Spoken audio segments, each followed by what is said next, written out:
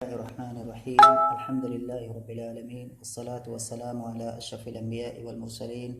نبينا محمد وعلى آله وصحبه أجمعين ومن تبعهم بإحسان إلى يوم الدين. أما بعد،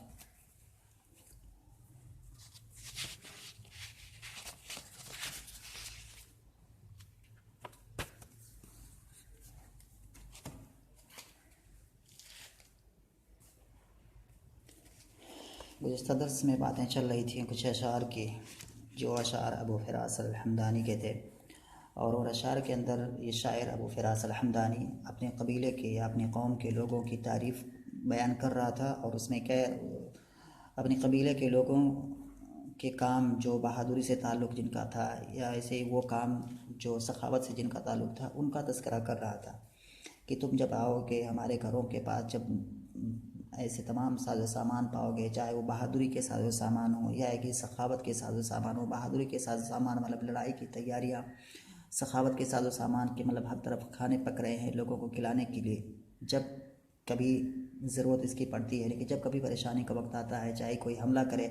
یا کہ کوئی بڑی پریشانی آ جائے، تو ایسے موقع پر کیا ہے، یہ ساری چیزیں ہمارے گھروں کے آس پاس دیکھنے کو ملیں گی کہ مطلب خون بہایا جا رہا ہوگا، کہیں پر خون بہایا جا رہا ہوگا دشمنوں کا، کہیں پر خون بہایا جا رہا ہوگا جانوروں کا، سرخ اونٹوں کا، جن کو کیا ہے غریب لوگوں کو کھلانے کے لیے، یا جن کو غریب لوگوں کو کھلایا جائے گا۔ تو یہ چیزیں اس نے پچھلے کچھ اشعار میں بیان کی تھی۔ آج کا جو درس ہے جس کو ہم پڑھنے جا رہے ہیں، یہ بھی اسی شاعر کا، یہ جو اشعار ہیں اسی شاعر کے ہیں، ابو فراس الحمدانی ہی کے ہیں۔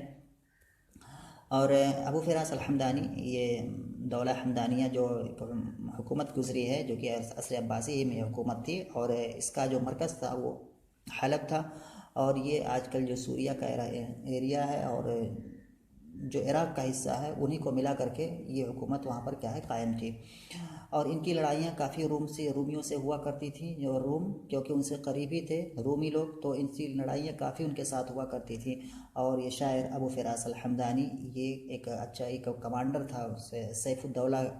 کے لشکر میں، اور سیف الدولہ اس دولہ حمدانیہ کا بادشاہ تھا۔ تو رومیوں کے ساتھ لڑائیاں ہوا کرتی تھیں، اور اس لڑائیوں میں جو ہے 2 بار رومیوں نے اس کو ابو فراس الحمدانی کو قید بھی کیا، اس کو پکڑ کے بھی لے گئے۔ تو انہی میں سے ایک بار جب یہ قید ہوا تھا، جب پکڑا گیا تھا، تو اسی چیز کو ان اشعار کے اندر جو آگے آ رہے ہیں ان میں وہ بیان کر رہا ہے، اور ان میں ان کا ذکر کر رہا ہے، اور اس میں بتائے گا کہ یہ جو میں پکڑا گیا ہوں تو یہ کوئی اپنی کمزوری کی وجہ سے نہیں پکڑا گیا ہوں، یا ہے کہ میں اپنی ناتجربہ کاری کی وجہ سے نہیں، یا اپنی نادانی کی وجہ سے نہیں پکڑا گیا ہوں، بلکہ یہ جو میں پکڑا گیا تھا تو یہ ایک قضا اور قدر تھی، ایک تقدیر میں یہ چیز لکھی ہوئی تھی، اس لیے میں پکڑا گیا۔ تو اور کافی چیزیں اس نے بیان کی ہیں، پہلے میں پڑھتا ہوں۔ تو یہاں پر کہہ رہے ہیں کہ وَلَهُ مِن قَصِيدَةٍ قَالَهَا وَهُوَ أَسِيرٌ فِي بِلَادِ الرُّومِ، اور وَلَهُ، اور یہ جو آگے آنے والے اشعار ہیں یہ اشعار بھی اسی شاعر کی، یعنی کہ ابو فراس الحمدانی ہی کے ہیں، جو کہ ایک ایسے قصیدے سے لیے گئے ہیں جس قصیدے کو اس نے کہا ہے جب کہ وہ بلاد روم میں، یعنی کہ ملک روم میں قیدی تھا۔ تو اسے قید میں کیا ہے، اس قید کی حالت میں اس نے یہ قصیدہ کہا تھا، اور اس قصیدے سے یہ اشعار یہاں پر کچھ مؤلف نے یا مصنف نے اس کتاب کے اخذ کیے ہیں، لیے ہیں، اور یہاں پر ذکر کیا ہے۔ کچھ لائنیں اس کی ہم آج پڑھنے کی کوشش کریں گے۔ پہلے میں پڑھتا ہوں اس کے آج کے درس میں جو اشعار پڑھے جانے ہیں اس کو میں پڑھتا ہوں۔ شاعر کہہ رہا ہے وَإِنِّي لَنَزَّالٌ بِكُلِّ مَخُوفَةٍ كَثِيرٌ إِلَى نُزَّالِهَا النَّزْرُ الشَّزْرُ وَإِنِّي لَجَرَّارٌ لِكُلِّ كَتِيبَةٍ مُعَوَّدَةٍ أَلَّا يُخِلَّ بِهَا النَّصْرُ وَلَا رَاحَ يُطْغِينِي بِأَثْوَابِهِ الْغِنَى وَلَا بَاتَ يَثْنِينِي عَنِ الْكَرَمِ الْفَقْرُ وَمَا حَاجَتِي فِي الْمَالِ أَبْغِي وُفُورَهُ إِذَا لَمْ أَفِرْ عِرْضِي فَلَا وَفَرَ الْوَفْرُ۔ یہ چیز ہے، اس کے اندر شاعر نے کچھ باتیں کہی ہیں۔ پہلی والی جو لائن ہے اس میں شاعر کہہ رہا ہے وَإِنِّي، اپنی بہادری کو بتلا رہا ہے یا اپنی بہادری کو درشا رہا ہے، کہہ رہا ہے وَإِنِّي لَنَزَّالٌ بِكُلِّ مَخُوفَةٍ كَثِيرٌ إِلَى نُزَّالِهَا النَّزْرُ الشَّزْرُ یا النَّزْرُ الشَّزْرُ۔ تو یہاں پر نزال، سب سے پہلا جو کلمہ، اس میں کچھ غریب کلمات ہیں جس کا معنی ہم دیکھتے ہیں۔ یہاں پر جو ہے نزال ہے، نزلہ ینزلو کے معنی ہوتا ہے نازل ہونا، اترنا۔ تو نزال نازل سے اسم فاعل آئے گا، نزلہ ینزلو سے نازلن، اور اسی نازلن سے اگر ہم مبالغہ کا وزن بنائیں گے تو بہت سارے مبالغہ کے اوزان ہیں، انہی میں سے ایک وزن ہے فعال، تو نازلن سے اگر ہم فعال کے وزن پر مبالغہ بنائیں گے تو ہو جائے گا فنزال، تو نزال کے معنی بہت زیادہ اترنے والا۔ اس کے بعد ہے بکل مخوفۃ، مخوفتن یہ باب سمیہ سے آتا ہے، جو کہ اصل ہے خوفا یخوفو، یہ اس کی اصل ہے، لیکن جو تعلیل کے بعد یہ جو مستعمل جو سیگا ہے وہ ہے خافا یخافو، خافا یخافو، اس میں خوفا یخوفو، خافا یخافو، تعلیل ہوئی ہے، اس میں نہیں جاؤں گا۔ اور یہاں پر جو یہ مخوفتن دیا ہوا ہے، یہ اس میں مفعول کا سیگا ہے، یہ مخوفتن، مخوفتن اسی خافا فعل سے، تو مخوفتن، تو یہاں پر یہ معلل ہے، اس کے اندر صرفی تعلیل ہوئی ہے، یہ لال اس میں واقع ہوا ہے، اور تو اس کی اصل ہمیں جاننی پڑے گی، تو اس کی اصل ہے اس کلمے کی مخوفتن، کیونکہ باب سمیہ اسماء سے اس میں مفعول آئے گا مؤنث کا سیگا مسموعتن، مسموعتن، تو اسی وزن پر ہمیں اس کو بھی رکھنا پڑے گا، کیونکہ یہ بھی اس میں مفعول ہے اور یہ بھی باب سمیہ اسماء سے ہے، تو اس کی اصل کے اعتبار سے کیا آئے گا مخوفتن، پھر سے ایک بار کہہ رہا ہوں مخوفتن، یعنی کہ میم ہے، اس کے بعد خا ساکن ہے، اس کے بعد ایک واو مضموم ہے، اور اس کے بعد ایک واو ساکن ہے، اور فتن، فا پر فتحہ اور تا تنوین واضح ہے۔ تو کیسے اس میں کیا ہوا ہے مخوفتن، یہاں پر صرف کا ایک قاعدہ ہے، وہ قاعدہ یہ کہتا ہے کہ اگر کہیں کسی کلمے میں واو اور یا، واو یا متحرک ہوں اور ان سے پہلے والا حرف ساکن ہو، تو ایسی صورت میں اس واو اور یا کی حرکت کو اس سے پہلے والے حرف سے جو کہ ساکن ہے اس کو دے دیا جاتا ہے، چند شرطوں کے ساتھ، جو کہ صرف کی کتابوں میں جہاں پر یہ قاعدہ مذکور ہے وہاں پر اس کی ڈیٹیل موجود ہے، اس میں ہمیں نہیں جانا ہے۔ تو یہاں پر جو اصل میں مخوفتن، تو یہاں پر خا ساکن ہے، اس کے بعد ایک واو ہے جو کہ مضموم ہے، اور اس واو مضموم کے بعد ایک واو اور ہے جو کہ مفعول کا واو ہے، اور وہ واو کیا ہے ساکن ہے، تو یہاں پر جو پہلا واو ہے یہ اصلی ہے، یعنی کہ کلمہ کا اصل ہے، عین کلمہ ہے کیونکہ اصل ہے خوفن، تو مخوفتن، تو واو متحرک ہے، اس سے پہلے والا حرف خا ساکن ہے، تو واو کی حرکت کو پہلے والے ساکن کو دے دیا گیا ہے، اور جیسے ہی اس واو کا ضمہ پہلے والے خا پر یعنی کہ ساکن پر چلا گیا تو اب یہ واو ساکن ہو جائے گا، اس کے بعد مفعول کا واو پہلے ہی سے ساکن ہے، تو اب یہ واو کیا ہے گر جائے گا، جیسے ہی یہ واو گرے گا تو اب کیا پڑھا جائے گا مخوفتن، مخوفن مذکر کے لیے آئے گا، مخوفتن مؤنث کے لیے آئے گا، تو اس معنی ہو گیا کہ یہاں جو ہے معنی یہاں کا اصل کیا ہو جائے گا، معنی اس کا کیا ہوگا وَإِنِّي لَنَزَّالٌ بِكُلِّ مَخُوفَةٍ، اور یہ صفت ہے ساتھ ساتھ میں اس کا موصوف یہاں پر محذوف ہے، اصل میں ہو جائے گا بِكُلِّ أَرْضٍ مَخُوفَةٍ، أَرْضٍ مَخُوفَةٍ مِنْهَا، یعنی کہ وہ سرزمین جس سے ڈرا جاتا ہے، جس سے خوف کھایا جاتا ہے، تو شاعر کہہ رہا ہے وَإِنِّي لَنَزَّالٌ، اور میں بہت زیادہ نازل ہونے ہوتا ہوں، بہت زیادہ اترتا ہوں، بہت زیادہ وارد ہوتا ہوں اس سرزمین پر جس سرزمین سے خوف کھایا جاتا ہے، جس سرزمین سے ڈرا جاتا ہے، تو عام طور پر لوگ جس جگہ جانے سے ڈرتے ہیں، جس جگہ کا نام تک لینے سے وہ کانپتے ہیں، تو ایسی جگہوں پر میں بار بار یا بہت زیادہ کیا ہے اس جگہوں پر وارد ہونے والا ہوں، وہاں پر میں جانے والا ہوں، اور یہ کیا چیز درشاتا ہے، یہ شاعر کی بہادری کو بتاتا ہے، تو شاعر اس سے اپنی بہادری ہی کو بیان کرنا چاہ رہا ہے، تو کہہ رہا ہے کہ بِكُلِّ مَخُوفَةٍ، اچھا یہاں پر جو ارزن ہے یہ موصوف ہے، اور یہ مخوفتن منہا، یہ مخوفتن اسی کی صفت ہے، اور یہ پہلی اس کی صفت ہو جائے گی، اور یہاں پر جو دکھ رہا ہے یہ والا حصہ یہ اس کی دوسری صفت ہے، یہ جملہ ہے یہ اس کی دوسری صفت ہے، کثیر الی نزالها النظر الشجر، نزال یہاں پر جو ہے، یہاں جو میں نے بتایا تھا نازل، یہاں نزال یہاں پر آیا تھا، نزال یہ مبالغہ کا صیغہ تھا، اور یہاں پر ہے نزال یعنی کہ بفتح بضم النون نزال، تو یہاں پر یہ نازل کی جمع ہے، نازل جیسے کہتے ہیں قائد کی جمع قواد، حاکم کی جمع حکام، تو ایسے ہی نازل کی جمع نزال فعال کے وزن پر ہے،